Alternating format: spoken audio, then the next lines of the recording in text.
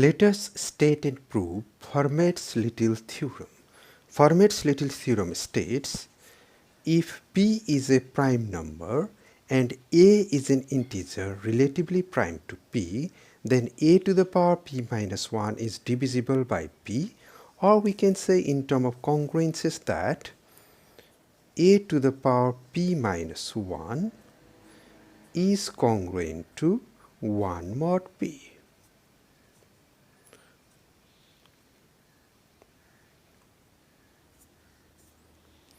Or we can also say that a to the power p minus 1 is divisible by p or congruent to 0 mod p whenever a is relatively prime to p. Before proving this theorem, let us consider a simple example. We choose a equal to 2 and a prime, let's say p equal to 7. Then a is relatively prime to p. And let us consider powers of 2. We start by 2 to the power 0, and then 2 to the power 1, and then 2 to the power 2, 2 cube, 2 to the power 4, 2 to the power 5, 2 to the power 6, and so on. And we divide it by the prime p equal to 7. 2 to the power 0 is 1, we get the remainder 1. 2 to the power 1, that's 2. If I divide 2 by 7, I get the remainder 2. 4. If I divide 8 by 7, then I get the remainder 1. How about 2 to the power 4? Well, that's 16. Observe that I can just multiply 1 by 2 and I get the remainder 2. Or I can divide 16 by 7. 7 times 2 is 14 and 16 minus 14 is 2. 2 to the power 5, I can simply multiply 2 to the power 4 by 2, or I can multiply remainder by 2. I'll get 4. 2 to the power 5 is 32. 7 times 4 is 28. 32 minus 28 is 4, yes. And I can multiply 4 by 2, I'll get 8. And if I divide 8 by 7, I get the remainder 1. I can simply multiply the remainders and then divide, I get the same remainder. Further, observe that those numbers are repeating. 1 gets repeated, 2 gets repeated, 4 gets repeated, and again 1 gets repeated. Hey, why is it so? That's because the remainders are finitely in number. If I divide by 7, then the remainder is possibly 1, 2, 3, 4, 5, 6. Whereas the powers are infinitely in many numbers, so somewhere it must repeat. And it must happen in each case. Further, Fermat's theorem says a to the power 6 is congruent to 1 mod 7, or a to the power 6 minus 1 is divisible by 7. If we choose a equal to 2, then we find that 2 cube is congruent to 1 mod 7, or 2 cube minus 1 is divisible by 7. Further, 2 to the power 6 minus 1 is also divisible by 7. Why is it that Fermat's theorem is true? One logic could be that, well, you can see that there is a cycle, so it should be true. Okay, now let's prove the Fermat's theorem. Let us start with the simplest prime, p equal to 2. That is the only even prime. As a is relatively prime to p, a must be odd. This implies a must be odd. Well, if it is an odd integer, then it follows that a minus 1 is even, and we know that even integers are divisible by 2. And yes, Fermat's theorem is true for p equal to 2. However, we want general proof. Just to simplify our proof, let us assume p to be an odd prime. Then minus a to the power p minus 1 equal to minus 1 to the power p minus 1 times a to the power p minus 1 as p is odd, p minus 1 is even, and minus 1 to the power any even power is equal to 1. So that's equal to a to the power p minus 1. So we can assume a to be a positive integer. Of course, a cannot be 0 because 0 is divisible by p and GCD of 0 and p is not equal to 1. We can safely assume a to be positive integer, and then we observe that 1, 2, 3 and so on up to p minus 1 are integers that are relatively prime to p. Are those the only integers that are relatively prime to p? The answer is no. There are others as well.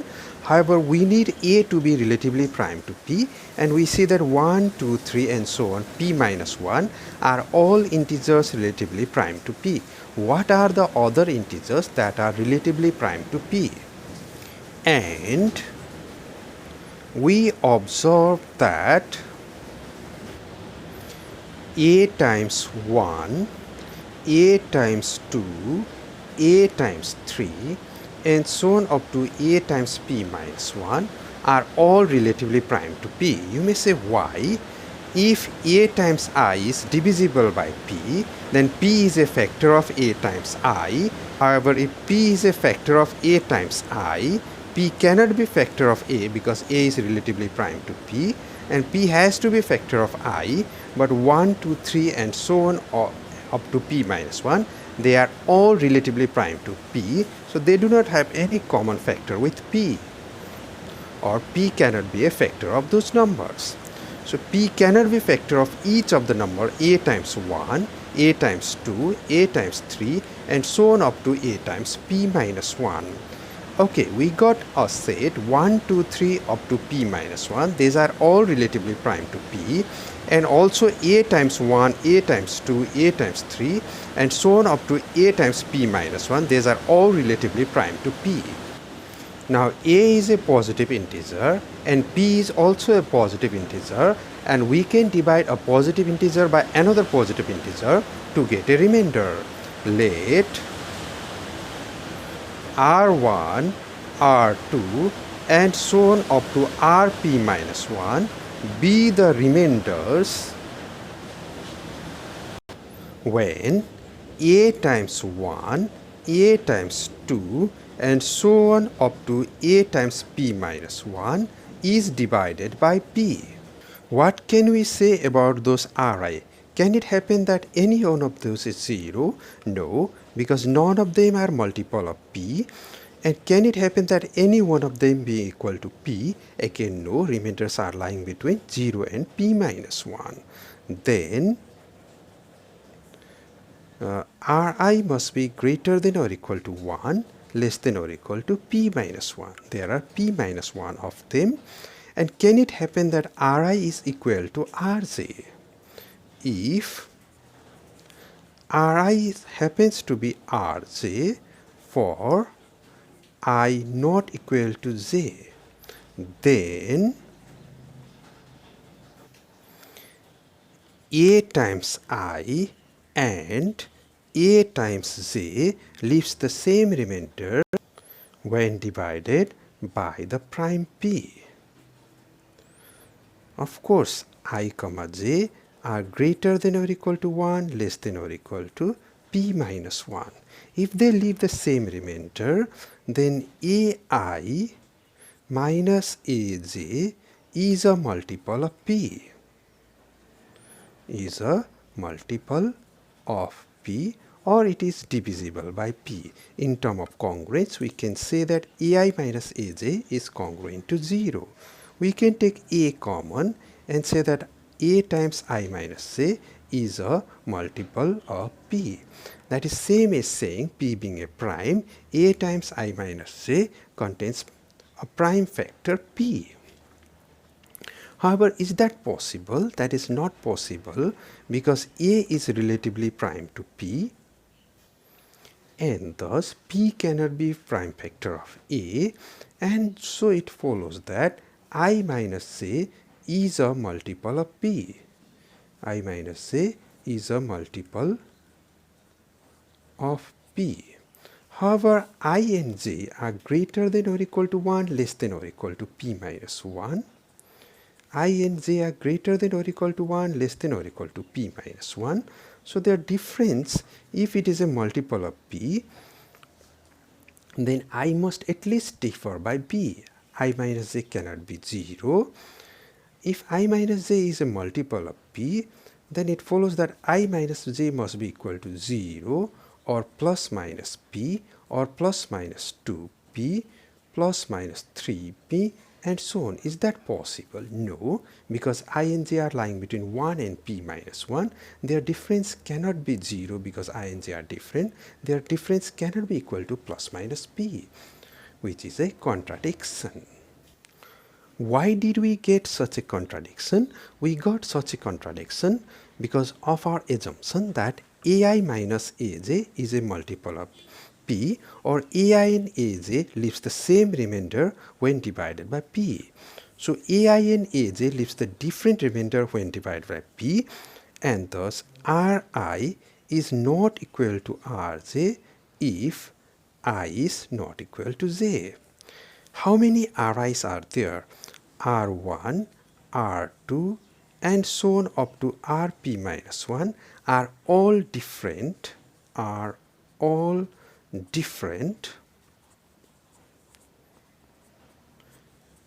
and Ri is greater than or equal to 1, less than or equal to p minus 1, and thus there are p minus 1 of them. What can we say? So then I can say that I can say that R1, R2, Rp minus 1 must be a rearrangement of 1, 2, 3 and so on up to p minus 1. Those are the numbers that are lying between 1 and p minus 1, and there are exactly p minus 1 of them. And so those must be equal to 1, 2, 3, p minus up to p minus 1. Just some may occur first or second or so, just maybe there is some different order.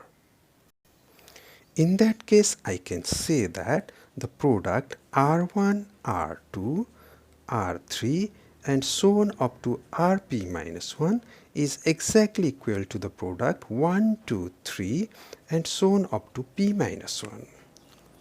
However, you see that R1 is nothing but the remainder when a times 1 is divided by p. R2 is nothing but the remainder when a times 2 is divided by p. R3 is nothing but the remainder when a times 3 is divided by p, and so on. Rp minus 1 is nothing but remainder when a times p minus 1 is divided by p. Now, by the theory of congruence, or the fact that after multiplying we can take the remainder, or we can multiply the remainder and then again divide to find remainder, it's the same thing. We find that these two must be congruent. Once again, a times 1, a times 2, a times 3 and so on up to a times p minus 1 must be congruent to the product 1, 2, 3 up to p minus 1 mod p.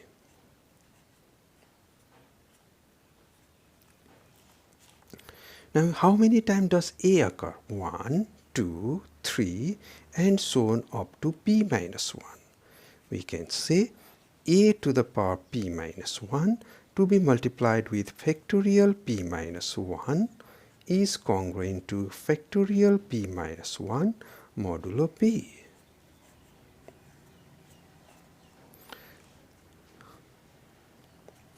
This implies we can take everything to the left hand side and say a to the power p minus 1 to be multiplied with factorial p minus 1 is congruent to 0 mod p. Or we can say that p is a factor of this quantity. However, p cannot be factor of factorial p minus 1, and so it follows that a to the power p minus 1 is congruent to 0 mod p, or p is a factor of a to the power p minus 1 minus 1. Or we can simply write it as a to the power p minus 1 is congruent to 1 mod p, or p divide a to the power p minus 1, and thus we did prove Fermat's little theorem.